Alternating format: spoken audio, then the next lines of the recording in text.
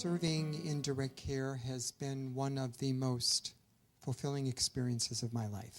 It really has been.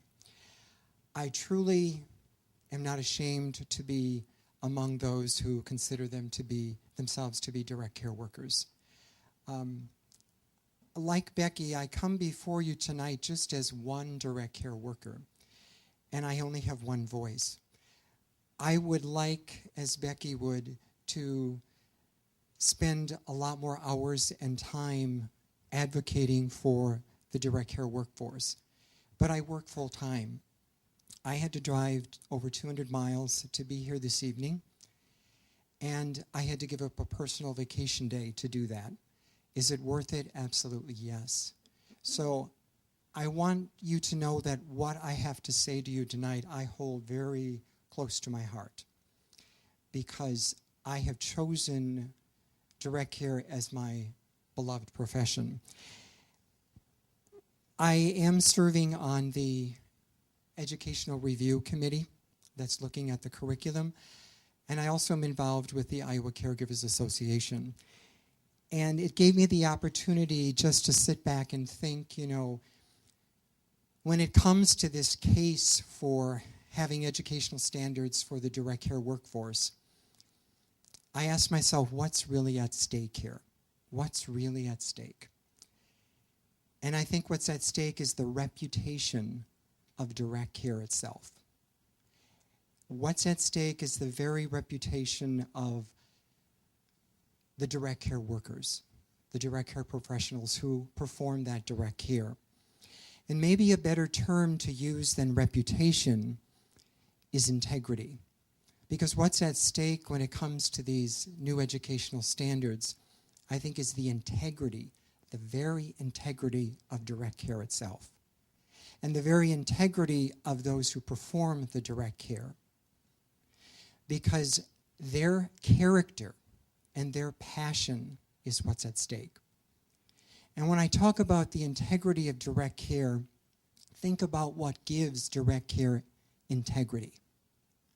It's education, it's skills, it's knowledge.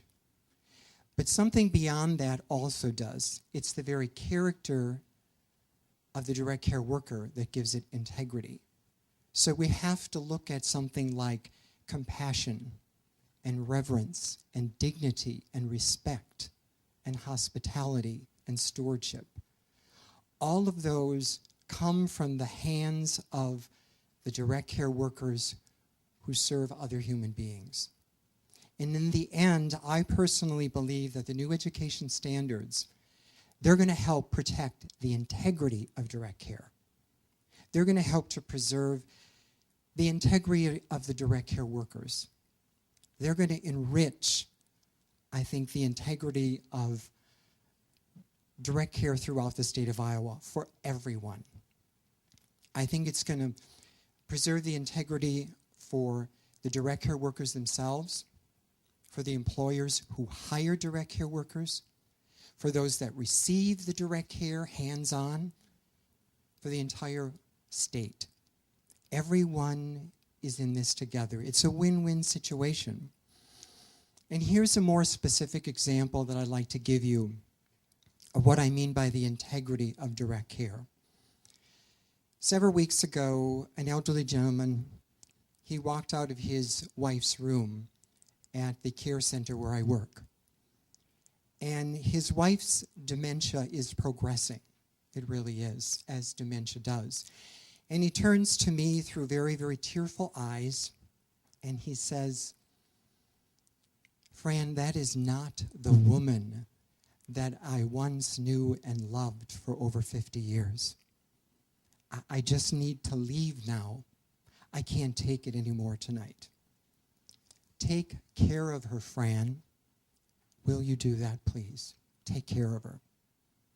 What he wanted me to do was to go back into her room and partner with her in care, because he couldn't do it.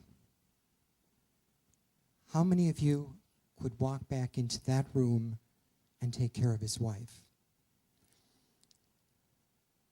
What I said to him, my response to him was, we will. I put my hand on his shoulder and I said it again, we will. And notice that I didn't say I will, I said we will, because I'm not alone in this story of direct care. I'm not alone in this integrity of direct care. We all are.